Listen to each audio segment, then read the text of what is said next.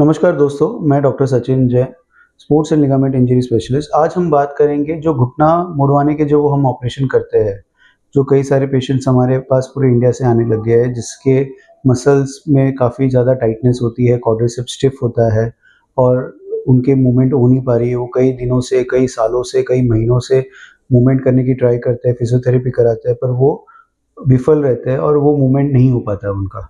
तो हम इस वीडियो में संक्षिप्त में ये बताएंगे कि किन किन पेशेंट्स में घुटने मूवमेंट करने के चांसेस अच्छे रहते हैं और किन किन पेशेंट्स में घुटने मूवमेंट करने के या ऑपरेशन करने के बाद भी उसके चांसेस थोड़े से कम रहते हैं। तो अगर मैं इसमें बताऊंगा तो हमारा जो ये घुटना है, ये 3 पार्ट्स में डिवाइडेड है। एक है टिबिया बोन, एक है फीमर बोन, एक है पटेला। अगर हम इसको निकालेंगे तो ये आपका 3 बोन्स होते हैं नी जॉइंट के अंदर।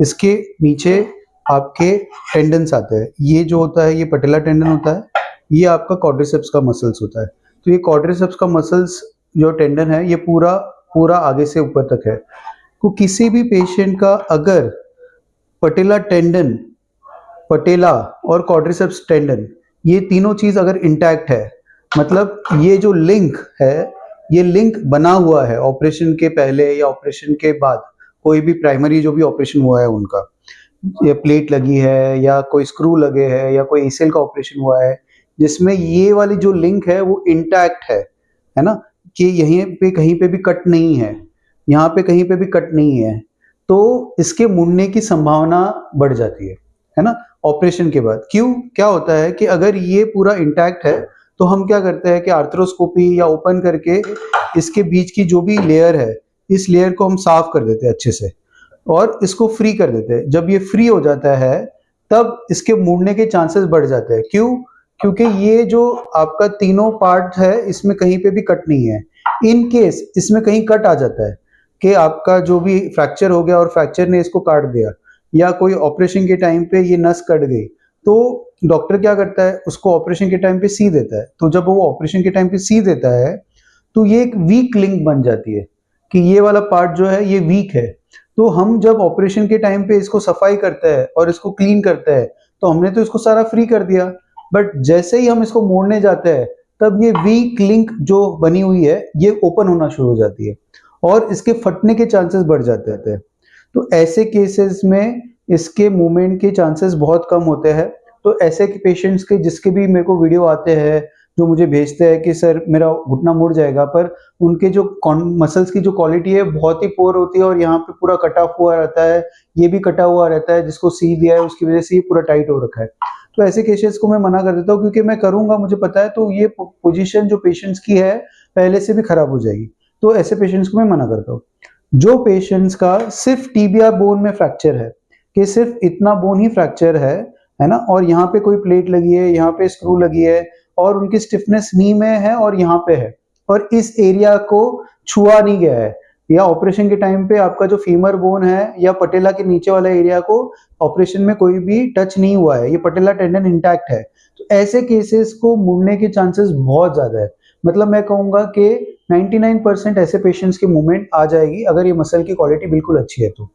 बट कोई कोई पेशेंट जिसमें फीमर बोन पे प्लेट लगी हुई है, फीमर बोन पे फ्रैक्चर हुआ था और उसमें मसल्स की क्वालिटी टाइट हो रखी है, या कोई इन्फेक्शन हो रखा है, उसमें मसल्स बहुत ही कड़क हो रखे हैं, पत्थर हो रखे हैं, तो ऐसे केसेस में मसल्स क्या होते हैं कि वो सॉफ्ट टिश्यू है, वो रबर बैंड जैसे है, वो लचीले है, तो वो क्या करते हैं, उसको मूवमेंट के लिए लचीलापन चाहिए होता है।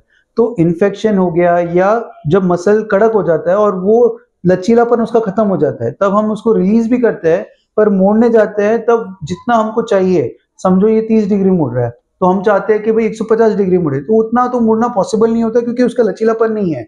बट 20-30 डिग्री, 40 डिग्री, मतलब 80-90-100 डिग्री मुड़ जाए, ये हमारे चांसेस में होते हैं। और मैं ये इसलिए बोल रहा हूँ, क्यों, क्योंकि अभी कम से कम हमने 300-400 ऑपरेशन इसके किए होंगे, उसके बाद में हमारे पास वो एक एक्सपीरियंस बेस बन गया है कि कौन से पेशेंट्स में अच्छे रिजल्ट आ सकते हैं, कौन से पेशेंट्स में अच्छे रिजल्ट आने की संभावना नहीं है, और कौन से पेशेंट्स को आपको हाथ भी नहीं लगाना है और उनको पहले ही बता देना है कि आप इसको मत कराइए।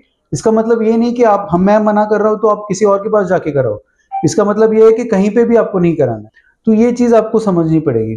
अब कोई पेशेंट जिसके लिगामेंट इंजरीज है, एसीएल है, एमसीएल है, आपके नी में कोई स्क्रू डला है, जिसमें लिगामेंट है और सिर्फ जॉइंट का पार्ट ही आपका इफेक्टेड है, तो ऐसे केसेस में भी हम जब रिलीज करते हैं तो उसके भी मुड़ने के चांसेस बहुत अच्छे होते हैं। तो आई होप ये जो वीडियो है ये उन पेशेंट्स के लिए है जो घुटने मुड़ने की समस्या से परेशान हो रखे हैं और कई महीनों से, कई सालों से फिजियोथेरेपी करा रहे हैं पर उनके मूवमेंट नहीं आ रहा है और वो हार मान चुके हैं।